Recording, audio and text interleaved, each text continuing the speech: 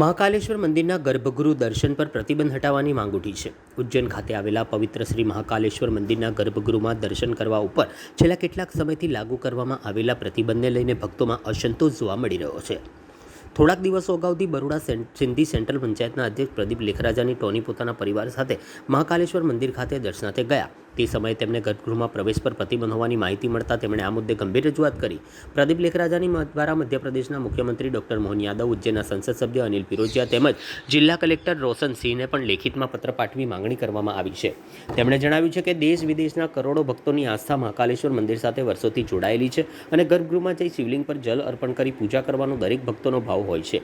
વર્ષો પહેલાં પણ ગર્ભગૃહમાં પ્રવેશ માટે કોઈ પ્રતિબંધ ન હતો, પરંતુ છેલ્લા કેટલાક વર્ષોમાં લાગુ થયેલા પ્રતિબંધથી ભક્તોમાં નિરાશા વ્યાપી છે।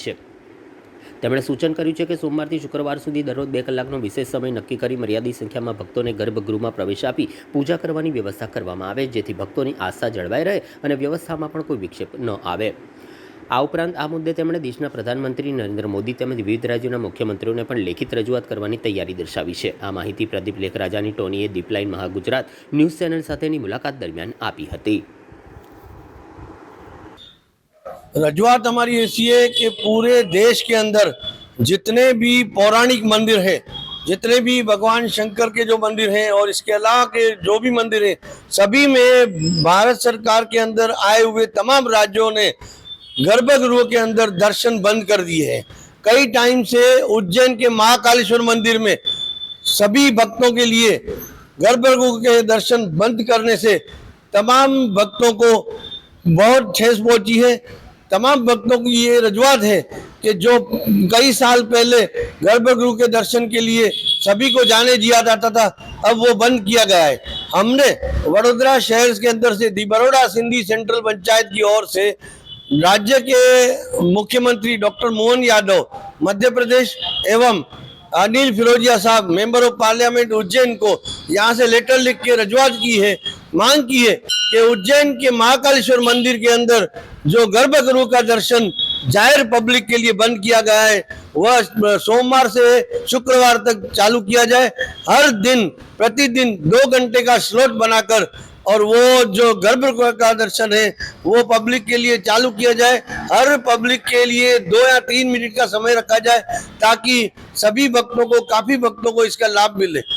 गर्भगृह दर्शन बंद करने से कई नागरिकों की धार्मिक लागणी पर ठेस पहुंची है।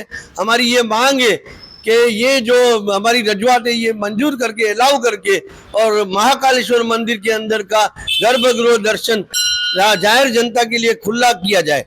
इसके अलावा हम पूरे देश के जो भी मंदिर हैं, पौराणिक मंदिर हैं, राज्य के मुख्यमंत्रियों को और राज्य सरकार के गृह मंत्रियों को एवं हमारे आदरणीय प्रधानमंत्री श्री नरेंद्र मोदी जी को रजूआत करेंगे, लिखित में पत्र लिखेंगे।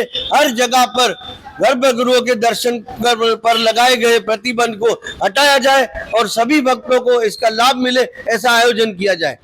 जय महाकाल, जय जय कुबेरेश्वर।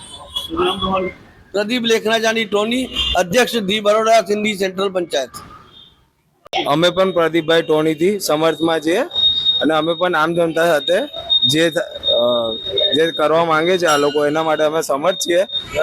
તમે ગર્ભગૃહના દર્શન માટે વીઆઈપી એન્ટ્રી બી એ કલ્ચર બી જરૂરી છે, પણ નોર્મલ માણસ માટે પણ તમે આ વસ્તુ ખુલ્લી રાખો કે નોર્મલ માણસ પણ 2 કલાક 3 કલાક માટે એનો પડ લઈ શકે। ભાવેશ ગોસાઈ।